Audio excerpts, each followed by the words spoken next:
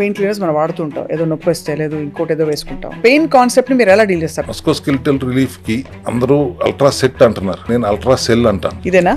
అది the same thing. దాంట్లో వావిలాకు నుంచి ఎక్స్ట్రాక్ట్ చేసిన ఆయిల్, తులసి నుంచి ఎక్స్ట్రాక్ట్ చేసిన ఆయిల్, ఉసిరి నుంచి ఎక్స్ట్రాక్ట్ చేసిన ఆయిల్, కొబ్బరి నూనె, ఈ 4 కాంబినేషన్ లో క్యాప్సిల్ చేస్తే నొప్పి తగ్గుతుంది. ప్రధానంగా హెల్దీ అడల్ట్ వాళ్ళకి ఏ రోగం లేదు, వాళ్ళు సెల్ హెల్త్ క్లినిక్ వచ్చారో లేదో, బట్ మీరు నమ్మే 2-3 సూత్రాలు. 40 నిమిషాలు కనీసం ఎక్సర్సైజ్ ఉండాలి, 20 నిమిషాలు యోగాను ప్రాణాయామాలు చేయండి, 4 లీటర్లు ఖచ్చితంగా నీళ్లు తాగండి. సార్, పెయిన్ కిల్లర్స్ గురించి ఒకసారి మాట్లాడదాం before we wind up. Ultra సెట్లు, రకరకాల పెయిన్ కిల్లర్స్ మనం వాడుతూ ఉంటాం, ఏదో నొప్పి వస్తే లేదు ఇంకోటి ఏదో వేసుకుంటాం.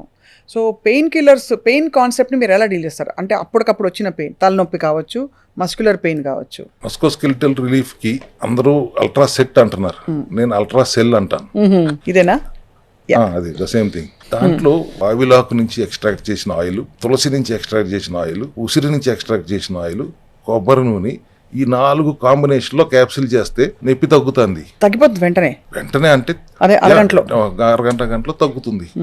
న్యాచురల్ గా జరిగే తతంగం ఇది. మీరు అవన్నీ న్యాచురల్ గా తీసుకోలేరు కాబట్టి ఎక్స్ట్రాక్ట్ చేస్తే బయో అవైలబిలిటీ ఎక్కువ ఉంటుంది కాబట్టి అల్ట్రా సెల్ అని పెట్టాను. ఇట్స్ నాట్ అల్ట్రా సెట్ అనేది మళ్ళీ ఇది ఒక సైడ్ ఎఫెక్ట్లు ఉంటాయి, వాటికి గ్యాస్ ఫార్మేషన్ ఉంటుంది. దీనికి గ్యాస్ ఫార్మేషన్ ఉండదు, పైపెచ్చు గ్యాస్ ఉన్న వాళ్ళకి కూడా ఆ గ్యాస్ ప్రాబ్లం నుంచి ముక్తులు చేస్తుంది. It solves gastric problem also along with pain. ఇది SOS తీసుకోవాలి, అంటే నొప్పి వచ్చినప్పుడు తీసుకోవాలి మనం.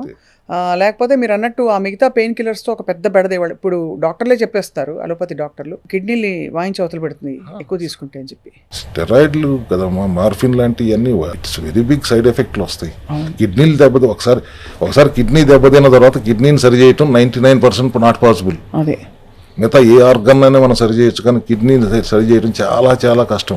అక్కడ దాకా వెళ్ళొద్దు అండి. చాలా ఐ థింక్ 2-3 విషయాలు కోరగా వాళ్ళు తెలుసుకున్నాం. ఏంటంటే సార్, ఒకటి లంకణం పరమౌషధం, దానికి ఒక విధి విధానం ఉంటుంది, దాని ప్రకారం చేసుకోవాలి. ఇష్టం వచ్చినట్టు ఏదో మాడితే అది పనిచేస్తుంది అనుకోవడం తప్పు. రెండోది, సప్లిమెంట్స్ ని చిన్న చూపు చూడకూడదు. సప్లిమెంట్స్ చాలా అవసరం బాడీకి. ఇవాళ రోజుల్లో అయితే మరీ అవసరం. ఆ సప్లిమెంట్స్ ఎక్కడి నుంచి వస్తున్నాయి, ఆ సోర్స్ ఎంతకంటే ఇంపార్టెంట్. ఎందుకంటే ఆ సోర్స్ ని బట్టే మనకి బాడీలో అబ్జర్వ్ అవుతుందా లేదా మనకు అర్థమవుతుంది. అండ్ అఫ్ కోర్స్ ఎట్లాంటి క్రానిక్ అండ్ టెర్మినల్ ఇల్నెస్ అయినా కూడా మొదలయ్యేది సెల్ లెవెల్లోనే. కాబట్టి అక్కడ మాస్టర్ కీ పట్టుకుంటే మిగతావన్నీ గాడిలో పడిపోతాయి. ఫైనల్ గా నేను చెప్పదలుచుకుంది ఏంటంటే 3 లీటర్ల నుంచి 4 లీటర్ నీళ్లు ఖచ్చితంగా తాగండి. హైడ్రేటెడ్ గా ఉంచండి. ఎందుకంటే మీరు చూస్తాను, కంటితో చూడటానికి శరీరం 1 లీటర్ నీళ్లు ఖర్చు పెడుతుంది ప్రతిరోజు. మీరు గాలి పీల్చుకోవడానికి ఇన్హేల్ అండ్ ఎక్సేల్ 1 లీటర్ ఖర్చు పెడుతుంది. మీరు మాట్లాడటానికి సెలైవా కోసం 1 లీటర్ ఖర్చు పెడుతుంది. మీ ఫిజికల్ యాక్టివిటీ కోసం 1 లీటర్ ఖర్చు పెడుతుంది. రోజుకు 4 లీటర్ల నీళ్లు శరీరం ఖర్చు పెడుతుంది మీకోసం. దానికి వెనక్కి ఇచ్చేయాల్సిన బాధ్యత మనకు లేదా? 100% ఉంది సార్. ఎన్ని రోజులు ఖర్చు పెడుతుంది, తర్వాత డిహైడ్రేట్ అవుతుంది, తర్వాత జబ్బులు వస్తాయి. ఒక 3 లీటర్లు 4 లీటర్లు నీళ్లు తాగుతానికి ఏంటి ఇబ్బంది మీకు? అంటే దీని మీద 2 చాలు, మినరల్స్ పోతాయి, రకరకాల అవి చలామణి అయిపోయి. రెండోది బద్ధకం, మూడోది ప్రాపర్ గా అవైలబిలిటీ ఉండకపోవడం, దాని ఇంపార్టెన్స్ తెలియకపోవడం. Maybe I will add diluted butter milk in that 4 liters. అంతే, అంతకంటే కొబ్బరి నీళ్ళు ఓకే. కొబ్బరి నీళ్ళు డైట్ లో ఉంటే వద్దు, గ్లూకోజ్ దాంట్లో కూడా గ్లూకోజ్, ఇవన్నీ ఉన్నాయి. చిట్కాలు తెలుసుకోవాలి sir. We have a long series of conversations రాబోయే రోజుల్లో.